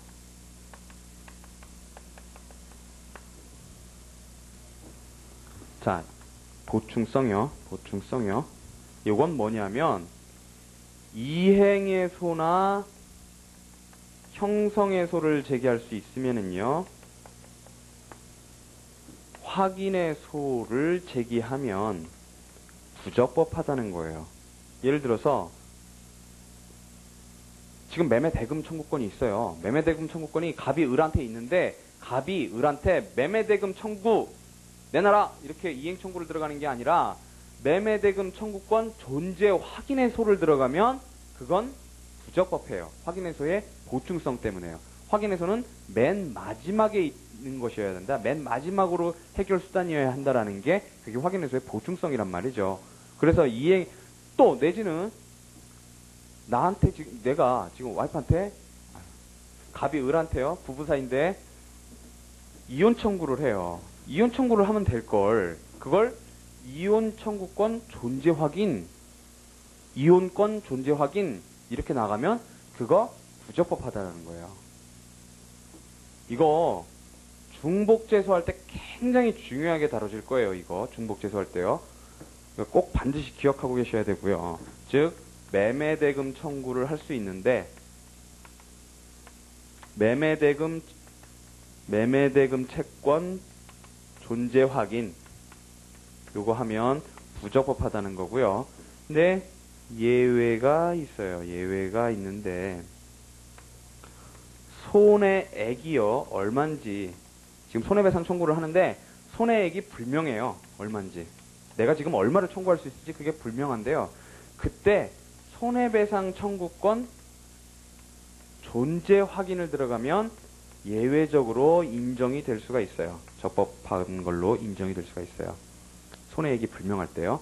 그러니까 미리 다 얘기를 하고 들어가는 거죠. 소장에다. 손해배상 청구권이 존재하는데 그거를 저쪽에서는 지가 사고 쳐놓고서 차 사고로 나를 쳐놓고서는 나한테 돈을 안 주네요. 그러면서 손해가 정확히 얼마인지는 모르겠고 그거는 차후에 그건 보정을 하고요.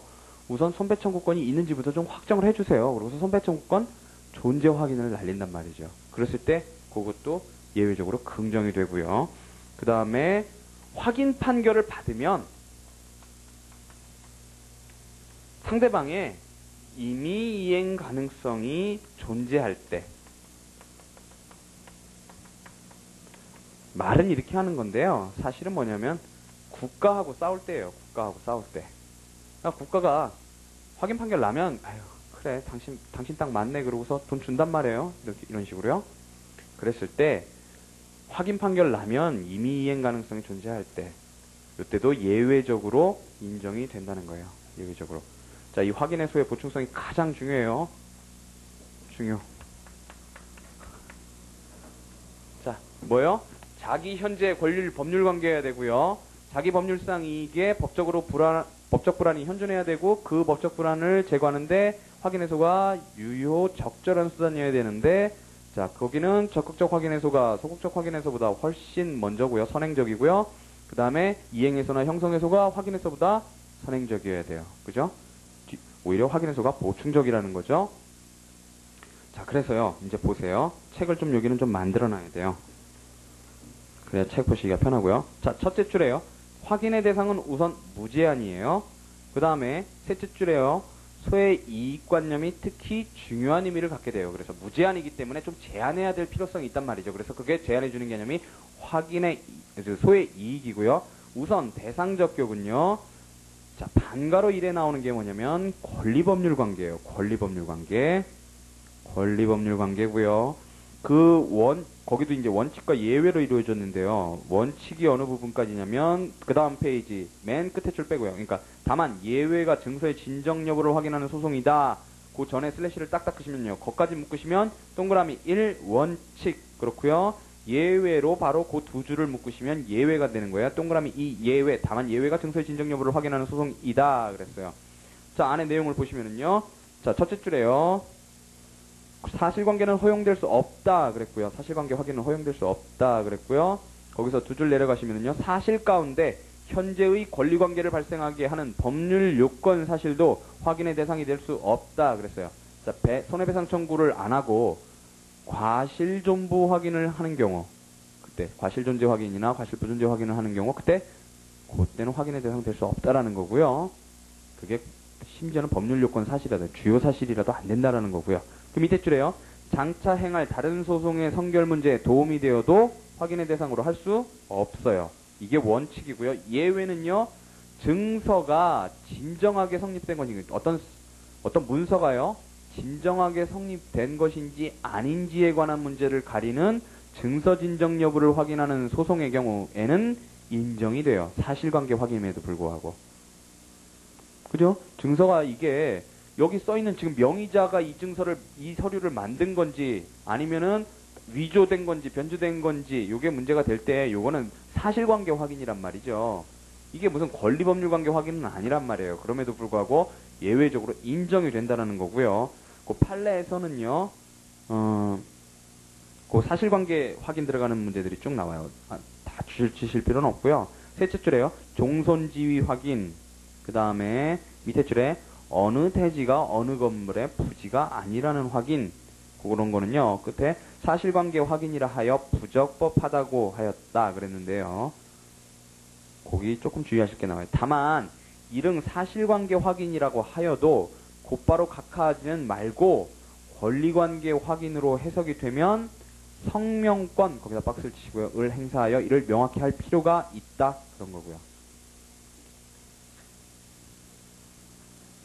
그러니까 예를 들어서요. 갑이 을하고 매매계약을 체결했는데요. 갑이 을하고 매매계약을 체결했는데 예를 들어서 대금채무 부존재 확인 뭐 이런 식으로 날리는 게 아니라 거기에 대해서 매매계약 체결 사실 부존재 확인 이렇게 해보세요.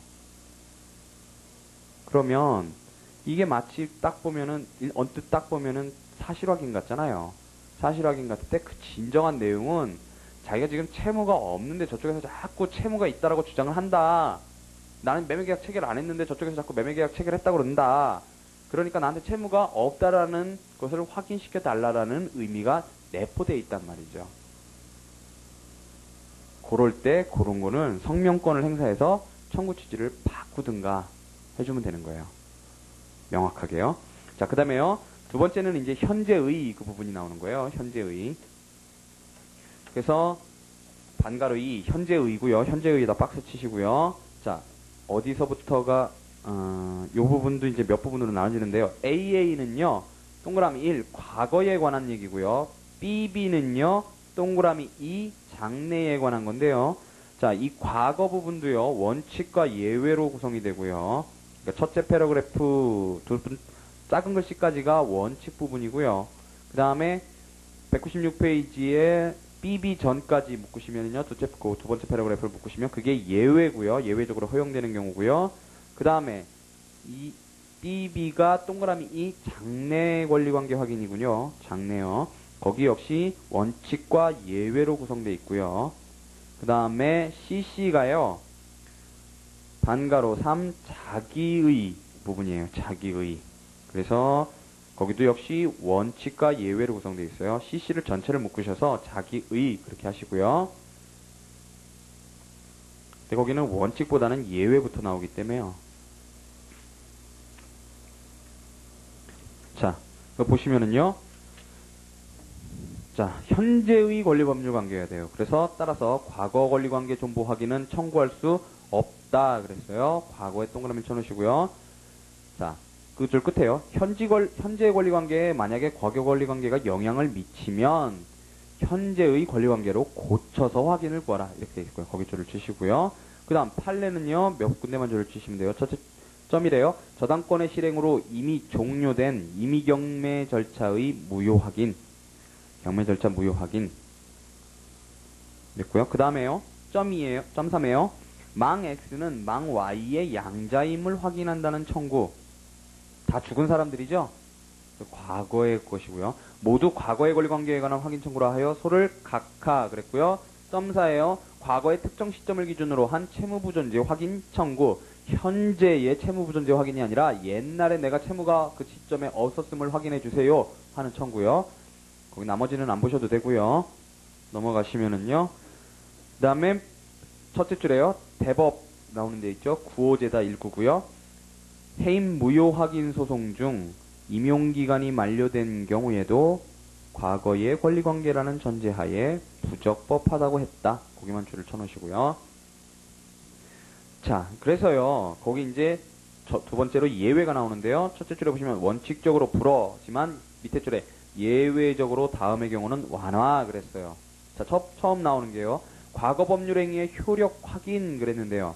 그 진위가 현재의 권리 법률 관계에 관련되어 있으면 그랬어요. 허용된다. 과거의 법률 행위의 효력 확인이라고 하더라도 그 진짜를 따져봤더니 현재 권리 법률 관계에 관련되어 있으면 허용된다 그랬고요. 거기 판례가 나오죠. 자, 과거의 법률 행위인 매매계약 무효 확인을 구하는 것으로 볼 것이 아니라 현재 매매계약에 기한 채권 채무가 존재하지 않는다는 확인을 구하는 취지를 간결하게 표현한 것으로 선회해야 한다 그랬어요. 그러니까 즉 매매계약 무효 확인 청구가 들어왔을 때 그거를 매매계약에 기한 대금 채무 부존재 확인을 청구하는 걸로 보고 고치도록 성명을 한 다음 진행할 수 있다라는 거고요. 그래서 일단은 적법하다고 받아들여줄 수 있다라는 거죠. 그 다음에 동그라미 2에는요. 과거의 포괄적 법률관계 확인. 이건 다 민법에서 보셨던 거고요. 신조법에서 사실혼과 관련해서 보셨던 거예요. 사실혼. 그러니까 그거만 줄쳐주시면 돼요. 과거의 포괄적 법률관계 확인. 그러니까 사실혼관계 전부 확인해서 뭐 이런 것처럼요. 그 다음에 자, 동그라미 2 하고서 이제 장래죠. 장래에 동그라미 치시고요. 장래의 권리관계 확인도 허용 안 된다. 그래서요. 거긴 끝에요. 상속 개시 전에 상속권 확인. 그거만 예를 쳐주시고요. 밑에 줄에 부적법하다 있는데 거기 슬래시를 딱딱 끄시면은요. 이제 거기 예외가 그러나 조건부 권리나 기한부 권리는 확인의 대상이 된다. 그게 예외 부분이고요. 그 다음에요. 이제 자기의 권리 법률 관계여야 된다 그랬는데 CC가요. 자, 예외부터 나와요. 예외부터. 원피고 당사자 간의 권리 관계가 아니라 타인 간 거기다 동그라미 치시고요. 앞에 당사자 간 박스 쳐놓으시고요. 타인 간 박스 치시고요. 권리 관계라 하여도 자기의 권리 관계에 영향이 미치는 한 거기다 박스를 치시고요. 확인의 이익이 있다 그랬어요. 그래서 판례요. 첫째 줄에 보시면 채권자 대의권에 기해서 채무자의 권리 확인의 소를 제기할 수 있다 그랬어요. 즉 뭐예요? 채권자가 피대위 권리가 있고 피보전 채권이 있는데 피대위 권리에 대해서 존재 확인을 들어가는 거죠. 피대위 권리의 권리 확인의 소를 제기할 수 있다 그랬고요. 그 다음에 그 원칙 부분이요. 원칙이 뭐냐면 자기의 권리 관계여야 된다. 즉 원피고 간의 지금 원피고 간의 권리 관계여야 된다라는 게 그게 자기의 권리 관계란 말이죠. 그 원칙 부분에 보충하실 게 각주 7번에요. 매도인의 소유권을 부인하는 제3자를 상대로 아직 소유권 이전 등기도 받지 않아서 채무자에 불과한 매수인이 매도인의 소유권 확인을 구할 이익이 없다. 이렇게 되는 거예요.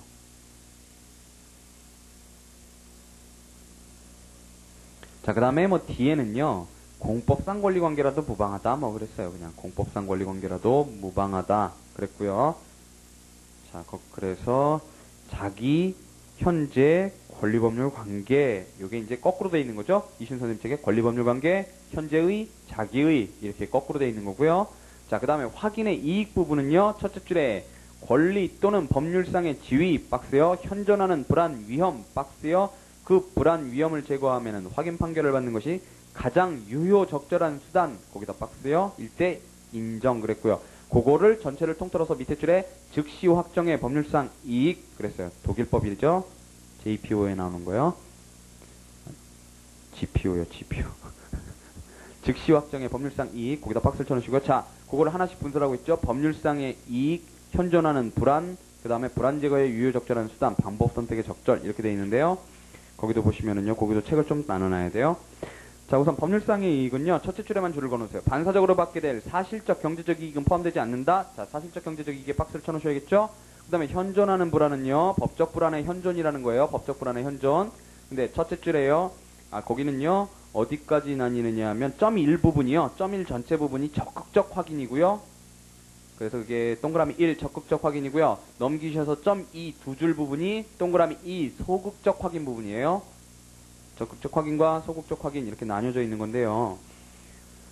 자, .1에 보시면은요, 자기의 권리 또는 법적 지위가 타인으로부터 부인당하거나 이와 양립하지 않는 주장을 당하게 되는 경우가 현존하는 불안이 있는 전형적인 경우이다. 즉 뭐예요? 다툼이 있는 경우에요. 적극적 확인 해소에 이익이 있는 경우 그랬죠. 그래서 밑에 줄에 보시면요. 아무런 다툼 동그라미 없어 불안이 없으면 원칙 동그라미요 적으로 확인의 이익이 없다. 그러나 동그라미요. 자, 동그라미 1. 당사자 간의 다툼이 없어도 소멸시효의 완성 단계 박스 치시고요. 이른 경우 그 다음에 동그라미 2요. 원고의 주장과 반대되는 공부상의 기재 박스 치시고요. 있을 때는 법적 불안 인정된다 그랬고요. 자, 이게 적극적 확인의 소의 경우에 현존하는 불안에 관한 얘기고요. 즉 원칙적으로 다툼이 있어야 되지만 다툼이 없다고 하더라도 소멸시효 완성 단계나 공부상 기재가 있을 때, 즉 지적 공부라든가 뭐 이런데 내가 소유권자인데 다른 사람이 소유권자로 기재되어 있더라 이럴 때 얘기하는 거예요. 그 다음에 각주 6번을 보시면은요. 권리가 없다고 부인하지는 않고 단순히 부지라고 주장하더라도 법률상 지위에 불안 위험이 현존하는 것으로 본 것도 있다 그랬어요. 자, 넘어가시면은요. 이번에 소극적 확인의 경우에는요. 타인이 자기에게, 여기서 말하는 자기가 타인이에요. 타인이요. 여기서 말하는 자기 타인이에요. 자기에게 권리가 없는데도 있다고 주장하는 경우도, 즉 나에게 의무가 없는데 저 사람이 나에게 의무가 있다라고 주장하는 경우에 내가 채무부존재 확인, 즉 소극적 확인의소를 날리면 그때 법적 불안 인정된다라는 거예요. 그래서 밑에 줄에 소극적 확인의소의 이익 이렇게 돼 있죠. 그 다음에는 이제 불안 제거의 유효적절한 수단이어야 된다 그런데요. 첫 번째 나오는 네 줄이 동그라미 1, 의 그렇게 묶으시고요. 자, AA 부분을 묶으시면은요. 동그라미 2, 적극적 확인과 소극적 확인 이렇게 나오는 거고요. 그 다음에 BB를 묶으시면은요. 동그라미 3, 본소 절차와 별소 그랬고요. 너무 그렇게 중요한 건 아닌데요. 본소 절차와 별소 그랬고요. 자, CC부터 이제 나오는데요. CC에 가나가 있는데요. 그것도 이제 또 나눠놔야 돼요.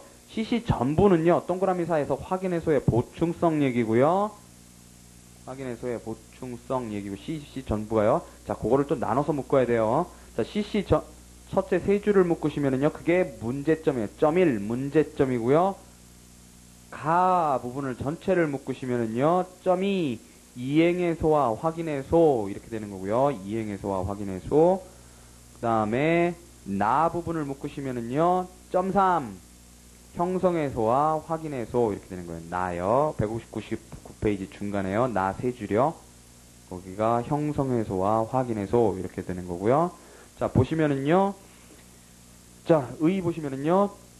그게 불안 제거의 유효 적절한 수단이어야 된다. 방법 선택이 적절해야 된다. 그랬는데 둘째 줄에요. 확인 판결을 받는 것 외에는 유효 적절한 수단이 없을 것. 그거라는 거고요. 그 말을 다시 뒤집으면 문제 해결의 근본적인 수단이 있는 한 안 된다. 그런 거예요. 근본적인 수단. 문제 해결의 근본적인 수단. 이건 이제 이순 선생님 발본색원적인 해결이라 그래요. 발본색원적인 해결. 자, 적극적 확인과 소극적 확인이요. 첫째 줄에 줄을 쭉 치세요. 자기의 소유권을 상대방이 다투는 경우에는 특별한 사정이 없는 한 자기에게 소유권이 있다는 적극적 확인 박스 치시고요. 구할 것이고 상대방이나 제3자에게 소유권 없다는 소극적 확인 박스 치시고요. 을 구할 것이 아니다. 그랬고요. 각주 4번에 보시면요. 83-2337 그래서 단 예외를 인정한 것에 그랬어요. 그래서 그 자료집 22페이지를 보시면은요. 자, 소극적으로 상대방 소유권의 부존재 확인을 구하는 경우에 있어서요. 확인의 이익 유무 그랬어요. 자, 여기 지금 예외예요. 예외요. 자, 첫째 재판요지 보시면은요. 소유권 기속에 관하여 다툼이 있는 경우에 적극적으로 자기의 소유권 확인을 구하지 않고 소극적으로 상대방 소유권의 부존재 확인을 구하는 것은 그 소유권 기속에 관한 분쟁을 근본적으로 해결하는 즉시 확정의 방법이 되지 못하므로 확인의 이익이 없는 것이 원칙이나 다만 예외적으로 원고에게 내세울 소유권이 없고 피고의 소유권이 부인되면 그로써 원고의 법적 지위의 불안이 제거되어 분쟁이 해결될 수 있는 경우에는 피고의 소유권의 소극적 확인을 구할 이익이 있다 그랬어요. 요거를 보충해 놓으세요. 예외적으로요. 예외예요. 예외. 적극적 확인과 소극적 확인 중에 예외요. 뭐라 그랬어요? 원고에게 내세울 소유권이 없어야 되고요. 두 번째로 피고의 소유권이 부인되면 그때서야 비로소 내 지위의 법적 불안이 제거되는 경우 그랬어요. 그때는 피고 소유권 소극적 확인을 구할 이익이 있다. 그랬으니까 요건 뭐예요? 요거는 뭐냐면 사실은 이제 여기서 원고가 소유권자가 아니죠. 지금 소유권자가 아니고, 소유권자는 안 돼 있고, 예를 들어서 무슨 남의 땅에서 지금 경작을 하고 있는데, 예? 어느 땅에서 경작을 하고 있어요. 경작을 하고 있는데, 어떤 사람이 자기가 소유권자라고 그러면서 나서갖고, 나가라, 나가라, 나가라, 그런단 말이죠. 그럼 그랬을 때, 이 사람이 자기에게 내세울 소유권이 없죠. 근데 저 사람만 제거하면 지금 나는 깔끔하게 경작을 계속 할 수가 있죠. 그러니까 그때는 그 사람의 소유권 부존재 확인을 날려도 괜찮다는 거예요. 그때 내가 경작권 확인을 들어가거나 점유권 확인을 들어가지 않더라도 상대방의 소유권 부존재 확인을 날려도 괜찮다라는 거예요. 그런 예외고요. 그래서 그 요건 두 가지가 있었어요. 내세울 소유권이 없다. 부정되면 내가 불안에서 벗어나게 된다. 이런 게 있었고요. 자, 그 다음에 B는요. 첫째 줄에 당해 소송 내에서 재판을 받는 게 예정되어 있는 절차 문제. 그랬어요. 절차 문제에 대해서는 별소로 확인을 구하는 것은 확인의 이의가 없다. 그랬어요. 별소로 확인을 구하는 것. 그랬고요. 자, 그런 예로요. 밑에 줄에요. 소송 요건의 전부 소취하에 유무효. 그랬어요. 그거는 어디서 하라고요? 밑에 줄에 종국 판결의 이유나 중간 판결에서 판단. 그랬어요. 그거를 별소로 제 당사자 특격, 제 당사자 능력 부존재 확인해소 없다고요. 그런 거요. 그 다음에 자, 소취하 유무효는 좀 주의를 하셔야 되는데요. 나중에도 나오겠지만요. 소취하를 해놓고 그 소취하가 무효라고 하면서 나는 사기를 당했어요. 사기를 당해갖고 소취하를 했거든요. 그러니까 이거 무효예요. 그러면서 소취하 무효 확인해소를 날리면 그게 되느냐? 안 되고요. 단 그러면 원래 절차로 들어가야 돼요. 원래 벌려놨던 절차, 소취하했던 그 절차로 다시 들어가서 그 법원에 기일을 지정해 주세요라고 기일 지정 신청을 해야 돼요. 소취하의 경우에는요. 그래서 그 위에다가 쫙 빼셔서 기일 지정 신청 이렇게 써놓으시고요. 그래서 그 원래 절차에서 해결하라는 거예요. 다른 절차 벌리지 말고요. 그게 본소 절차와 별소에 관한 얘기고요. 문제될 건 이제 소취하 유무효예요. 그건 나중에 소취할 때 나오고요. 자, 그 다음에요. 확인해소의 보충성 이 부분인데요. 첫 줄부터 세 줄 그 문제점 부분이요. 쭉 확인해소 아닌 별도의 직접적인 권리구제산 별도의 직접적인 권리구제산 거기다 박스 치시고요. 있을 경우에 확인의 이익이 있는가 즉 이행해소나 형성해소 거기다 박스 치시고요. 를 제기할 수 있는 경우인데도 같은 권리관계 거기다 박스를 치시고요. 관한 확인해소 거기다 박스를 치시고요. 를 제기할 수 있는가 즉 채무 이행 청구를 하면 되는데 채무 존재 확인하면 괜찮냐 이런 거예요. 자, 그래서 첫 번째로 이행해소와 확인해소 둘 간의 관계에 대해서요.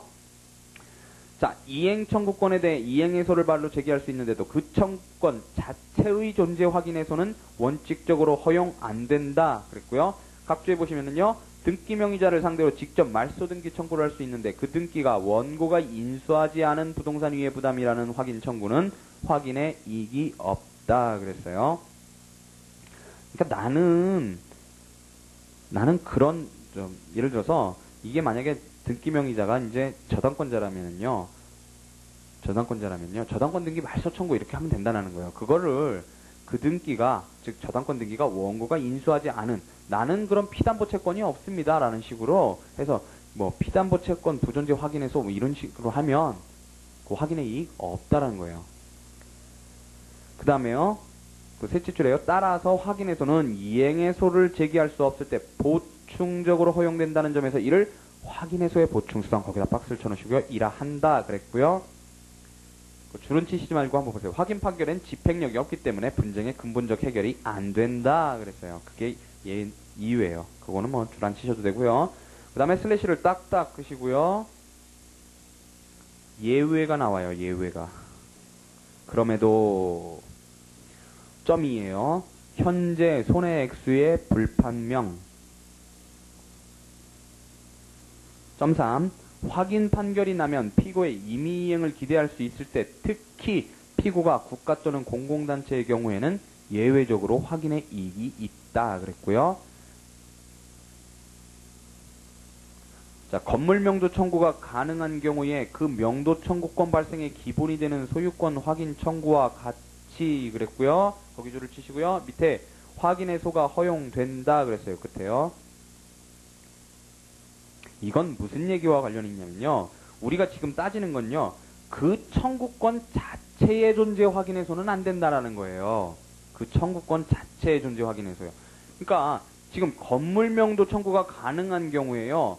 그 건물명도 청구권 존재 확인해소를 날리면 보충성 때문에 안 돼요.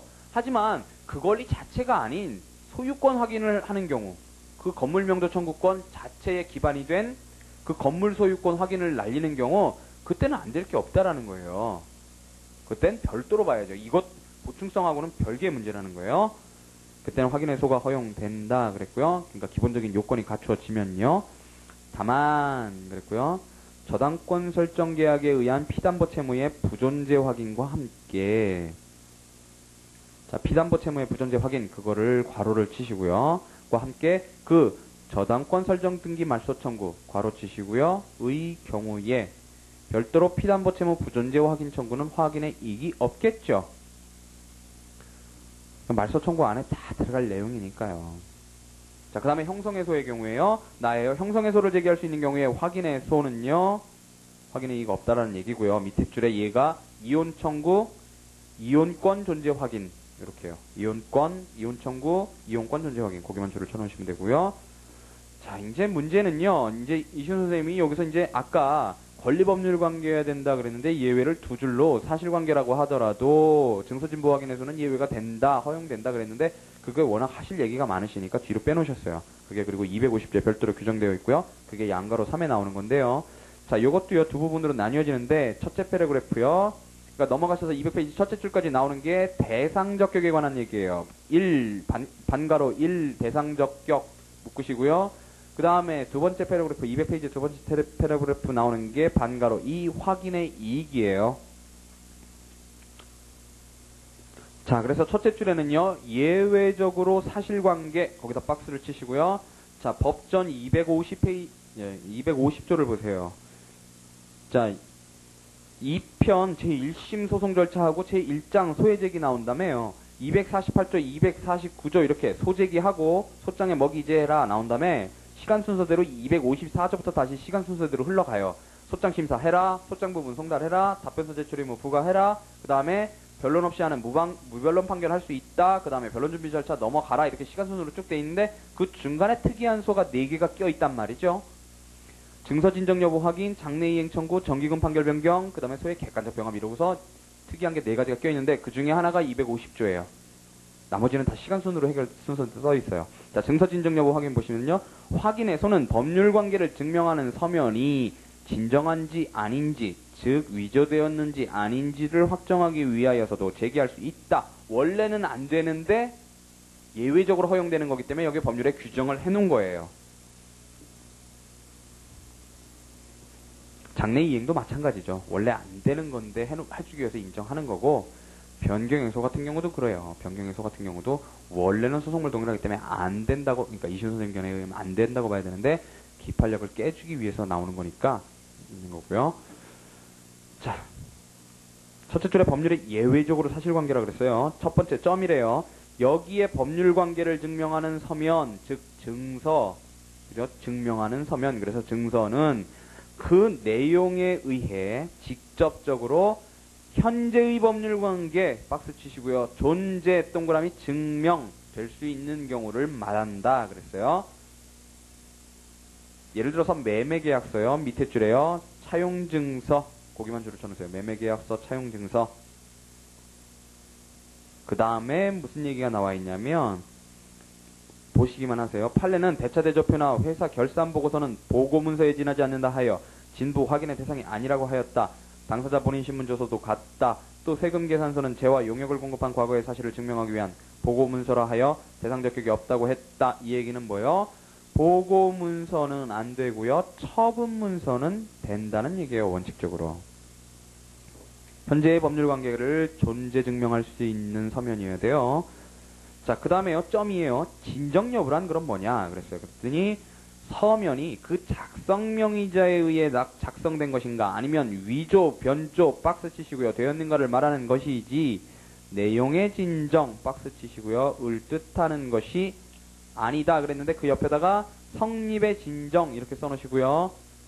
작성명의자에 의해 작성된 것인가 그 옆에다가 성립의 진정 써놓으시고요. 밑 가로 열고 형식적 증거력 이렇게 써놓으세요.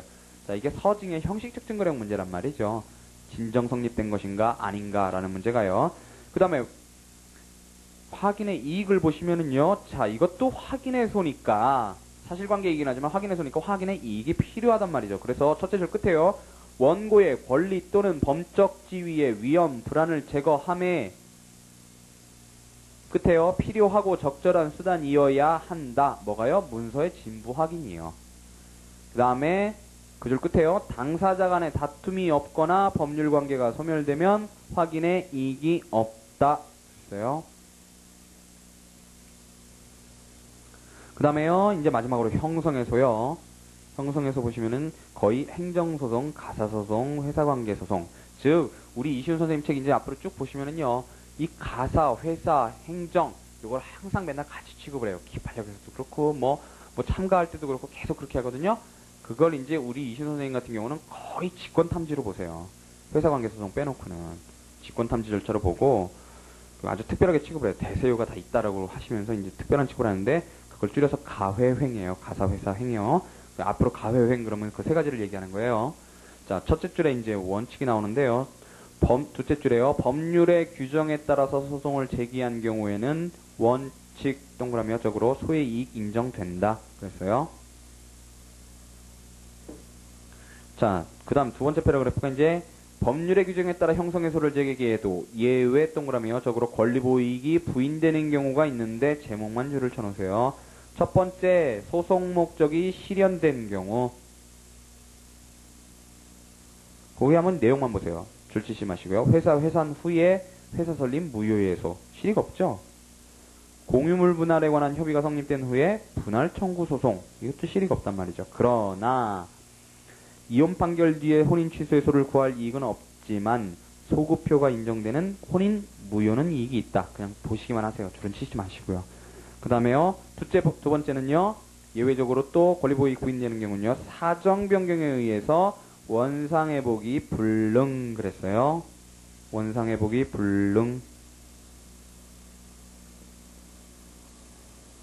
거기 보시면은요. 줄은 치시지 마시고요. 회사의 선임결의 취소 소송 중인데 그 소송 계속 중 임기 만료로 이사가 퇴임한 경우 뭐 이렇게 나오죠.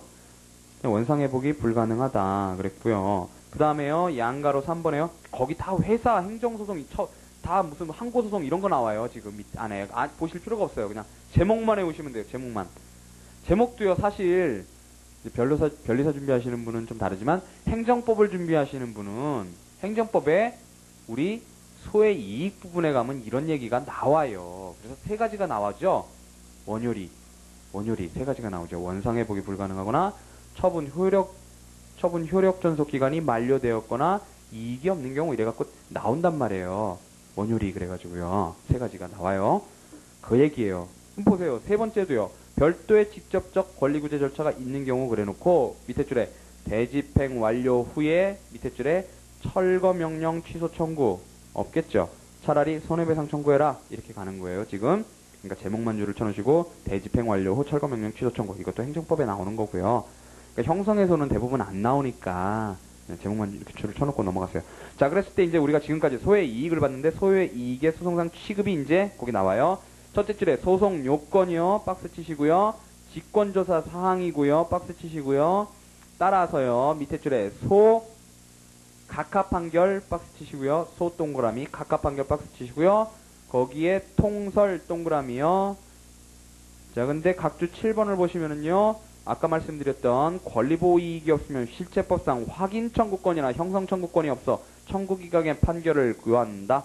자, 통설은 소각하설이고요. 여기 호문혁 선생님의 청구기각설이 나오는데 자, 요 밑에다 연결을 해주세요. 페이지 182 권리보호 청구권설 아까 우리가 줄쳤던 부분이에요. 요것 때문에 아까 그걸 봤던 거예요. 요것 때문에.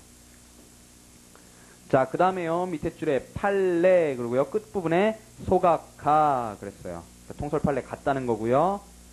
그 줄 중간에 보시면 소의 이익에 흠이 있을 때에 그를 이유로 원고의 청구를 배척하면서 소각하가 아니라 청구기각을 했다고 하더라도 본안에 대해서는 기판력이 안 생기니까 밑에 줄에요. 주문 형식은 문제 삼을 실익 없다 그랬어요. 그렇겠죠? 아까 뭐라 그랬어요? 소송 판결도요, 그 소송 요건 존부에 대해서만 기판력이 생긴다 그랬잖아요. 그러면은, 소의 이익 없다, 이런 이유를 달고 소각화 판결을 시켰을 거란 말이죠. 그랬을 때, 그 판결이 나왔을 때 그 판결문에 본안에 관한 얘기는 없잖아요. 그죠? 없죠? 그러니까 어차피 마찬가지라는 거예요. 마찬가지라는 거니까. 주문 형식은 문제 삼을 실익이 없다 그랬고요. 넘어가시면은요. 이제 소송물이 나와요. 소송물이. 자, 10분간 쉬시겠습니다. 힘드실까 봐요.